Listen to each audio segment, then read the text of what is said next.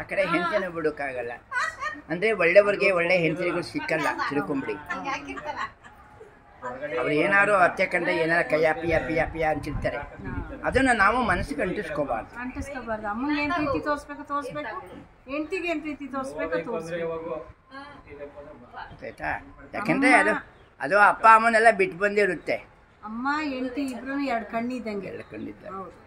ಯಾವ ಕಣ್ಣಿಗೆ ನೋವಾದ್ರೂ ನಮಗೆ ನೋವು, ಗೊತ್ತಾಯ್ತಾ?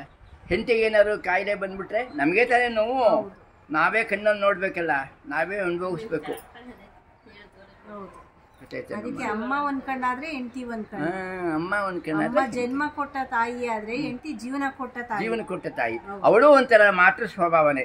ಯಾಕಂದ್ರೆ ಹೆಂಗಸರನ್ನ ಕೀಲು ಬೊಂಬೆ ತರ ನೋಡ್ತಾರೆ. ಹಾಗೆಲ್ಲ ಮಾಡಬಾರ್ದು ಪಾಪ. ಟೀ ಕೊಟ್ಟು ಓಡಿಸ್ತಾರೆ, ಹಂಗೆ ಮಾಡ್ತಾರೆ. ಹಾಗೆಲ್ಲ ಮಾಡಬಾರ್ದು. ಅದು ಯಾವ ಟೈಮೇ ಅದು ಅವಳು ಒಬ್ಳು ಮಾತೃ ಸ್ವರೂಪೇನೆ.